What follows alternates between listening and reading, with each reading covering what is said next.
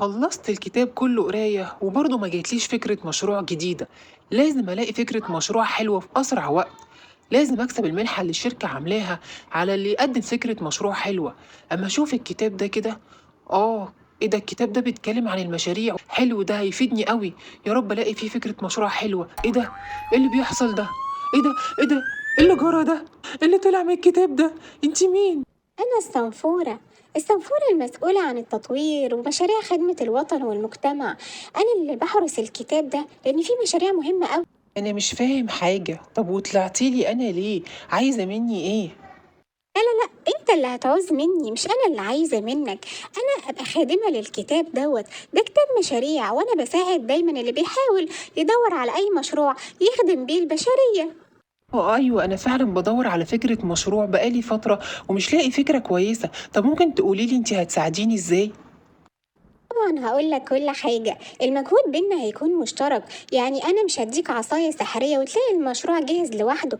لأ، أنت هتقولي إيه المجال اللي أنت عايز تعمل فيه المشروع ده، وأنا هشاور لك على أفضل مشروع في المجال، وكمان هديك معلومات عن المشروع ده تسهل عليك إن أنت تصممه في أسرع وقت ممكن.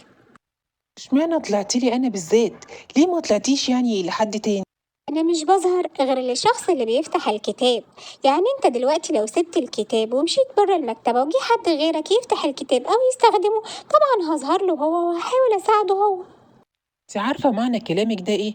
معنى كلامك ان الكتاب ده كنز ما ينفعش اسيبه. انا لو سبت الكتاب اي حد غيري ممكن يلاقيه وياخده. انا هاخدك معايا البيت، يعني هاخد الكتاب معايا وهتبقي معايا في البيت طول الوقت. مش قادر اصدق، ده انا لقيت كنز. يا صنفورة السنافر يا حلوة انتي، اخيرا هحقق حلمي والمشروع اللي انا كنت بدور عليه. اظهر وبان عليكي الامان يا صنفورة السنافر يا حلوة. بقينا في البيت، اطلعي بقى. ايه ده؟ إيه اللي بيحصل في البيت ده؟ ايه ده؟ مش معقول. ايه ده؟ خضتيني. انت كل ما هتطلعي تعملي كده بتخضيني بالشكل ده. ضحكتني. انت لسه ما تعودتش؟ لا، لازم تتعود بقى، عشان دي الطريقة الوحيدة اللي انا بظهر بيها. يا زياد، ايه اللي جرى في البيت؟ ايه اللي بيحصل؟ يا لهوي، انا خايفه. الكائن الغريب اللي مع ابني في الاوضه ده، ايه ده؟ مين دي؟ هي دي اللي خلت البيت ارتعش ونور وطفى بالشكل ده. يا جماعة أنا مش عايزكم تخافوا خالص. دي صنفورة من السنافر، لقيتها في كتاب الأبحاث. كنت بدور على فكرة مشروع ولقيتها هي طلعت عشان تساعدني. ما تقلقوش يا جماعة، دي ما بتعملش حاجة خالص، دي مش شريرة، دي طيبة جدا. اهلا اهلا ابو زيزو، ازيك؟ يا لهوي، ابعدي عني، ابعدي عني، خدوها من هنا. يا لهوي هتلمسني، ابعدي، انصرفي انصرفي. ايه الرشاقة دي يا حاج ابو زياد؟ على مهلك بس لا يجيلك السكر.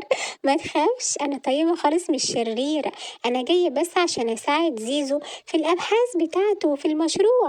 انتوا ايه اللي انتوا بتقولوه ده؟ انتوا مصدقين نفسكوا؟ هو في حاجه اسمها كده اصلا؟ انا مستغربه. الكائن ده خطر جدا علينا يا زياد.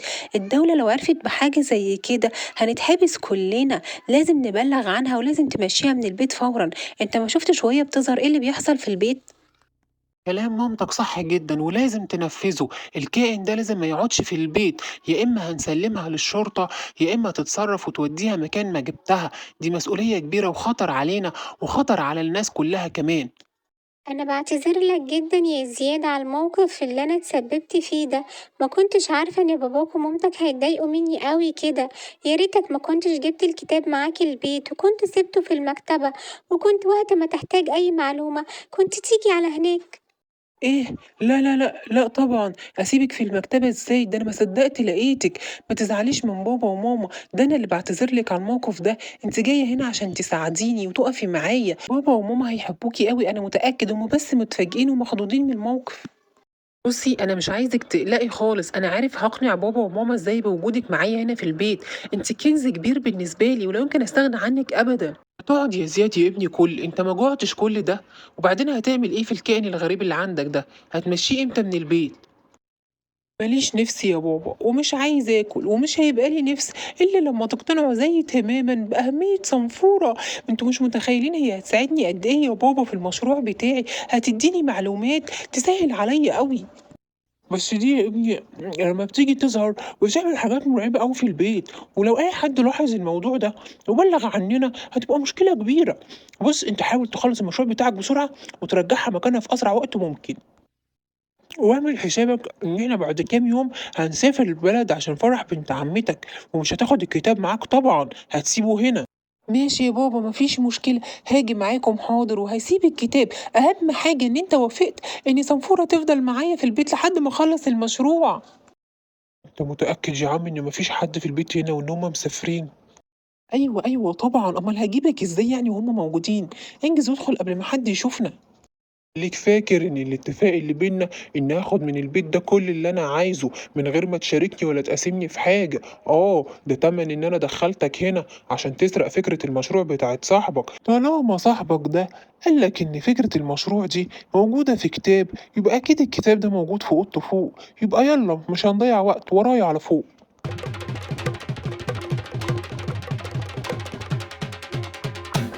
شكلها كده أوضته. يلا دور أنت بقى على البحث وأنا أروح أسرق اللي أنا عايزه.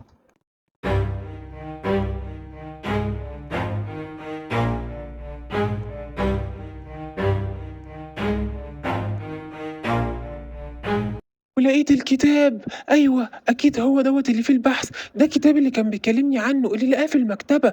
أما أقرأ بقى وأشوف إيه فكرة البحث دي. أنا مستعد أعمل أي حاجة عشان أنا اللي أكسب المنحة مش هو.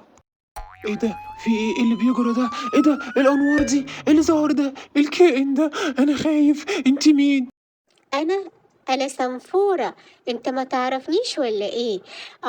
أصل أنت مش صاحب الكتاب، أنت مش زياد، ما خدتش بالي. أنت شكلك حرامي. تعالى بقى يا أستاذ حرامي عشان ما تاخدش حاجة تاني مش بتاعتك. خد خد.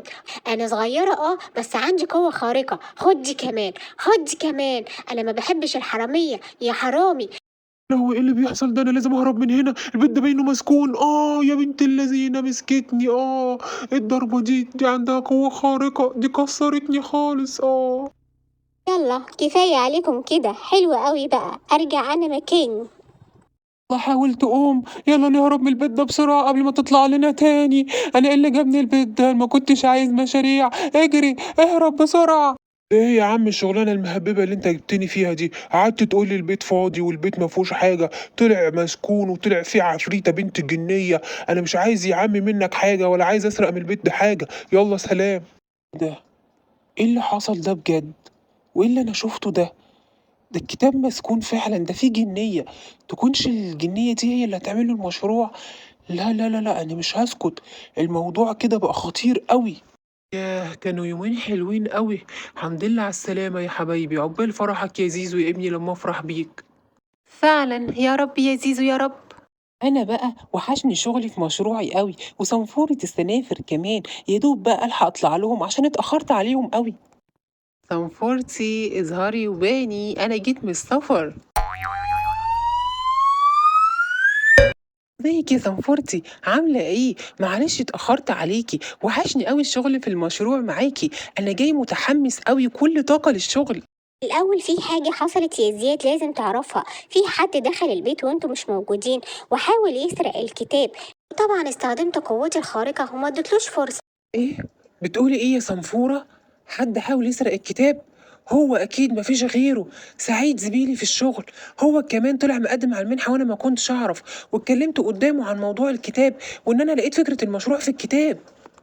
يا بابا يا بابا يا ماما الحقوا، الحقوا يا ماما اللي حصل واحنا مسافرين. ايه يا ابني في ايه؟ خضتني ايه اللي قول. جرى يا زياد؟ قول خضتني، في ايه؟ صنفورة قالت لي إن وإحنا مسافرين في حد دخل وحاول يسرق الكتاب، وكان معاه حرامي كمان بيحاول يسرق البيت، وهي طبعا بقوتها الخارقة ما ادتهمش فرصة. وأنا عرفت إن الحد ده سعيد زميلي في الشغل، لأن محدش يعرف موضوع الكتاب ده غيره، واكتشفت بعدها إن هو اللي مقدم في المنحة، فأكيد حاول يسرق مني فكرة المشروع. أعمل إيه دلوقتي؟ أكيد يا بابا مش هيسكت وهيحاول يعمل أي حاجة يأذيني بيها، وخاصة بعد ما شاف الصنفورة عندي في البيت. انت غلطان يا زياد، ما كانش ينفع تجيب سيرة المشروع او الكتاب قدام اي حد خالص. احنا قلنا ان الموضوع ده خطير جدا وسري لحد ما تخلص مشروعك. يا جماعة مش وقته الكلام اللي انتوا بتقولوه ده، لازم نلاقي حل بسرعة. صاحبك سعيد ده طالما شراني بالشكل ده هيحاول يأذيكم بأي شكل، ومش بعيد يبلغ الشرطة. واحنا دلوقتي مديونين لصنفورة بجميل كبير قوي ان هي قدرت تحمي البيت واحنا مش موجودين. مامتك عندها حق يا زياد، مش بعيد يكون بلغ الشرطة إن في كائن غريب في بيتنا. اجري بسرعة هات الكتاب من فوق وأنا هخبيه في مكان بعيد عن البيت.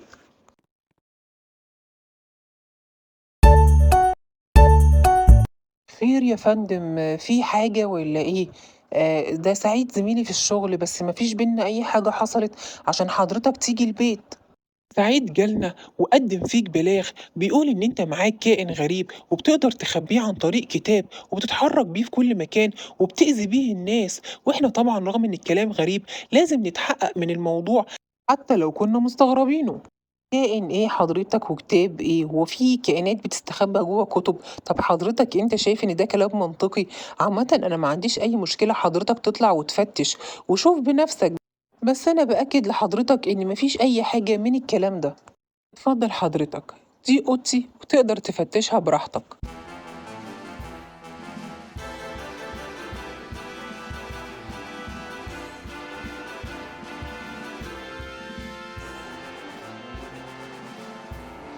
لقيت الكتاب اللي مواصفاته موجودة في المحضر. حضرتك أنا شايف إن عادي جدا يبقى فيه كتاب في أي بيت، هو القانون دلوقتي بيحرم وجود الكتب في البيوت. حضرتك تقدر تفتح وتشوف لو في أي حاجة. حضرتك قلبت في الكتاب أكتر من 5 دقايق وما ظهرش فيه أي حاجة. أنا مش مقتنع الصراحة بفكرة إن في حاجة ممكن تطلع من جوه كتاب يعني، بس مفيش مشكلة اللي حضرتك شايفه. احنا بنعتذر يا أستاذ زياد إن احنا أزعجناكم من خلال بلاغ كاذب قدمه سعيد. هو هيتعاقب على البلاغ الكاذب ده وإزعاج السلطات، بس احنا من واجبنا إن احنا نتحقق من أي حاجة تجيلنا. ايه يا فندم، هو حضرتك ما جبتش الكتاب معاك ليه وانت نازل عشان تشوف بنفسك الصنفورة اللي جواه؟ من الواضح كده يا أستاذ سعيد بيجيلك تهيؤات كتير. تركيزك الزيادة في الشغل أثر شوية على تفكيرك وعلى دماغك، وكمان بتعمل إزعاج للسلطات وإزعاج للمواطنين. لا أنت كده بقى اتخذت مخالفة وهنعمل لك قضية إزعاج سلطات، ومضطر دلوقتي إن أنا أقبض عليك. يا فندم اسمعني، أنا مش بيتهيألي، أنا شفت الصنفورة وضربتني. الصنفورة موجودة هنا في البيت، هو بيستخدمها عشان تساعده في المشروع يا فندم. صدقني يا فندم أنا مش بكدب، خليني أطلع معاك وأوريك الكتاب، أوريك الصنفورة يا فندم. ونجحنا يا ماما، أنقذنا الصنفورة وأنقذنا المشروع. يس يس. نجحنا يا زيزو نجحنا.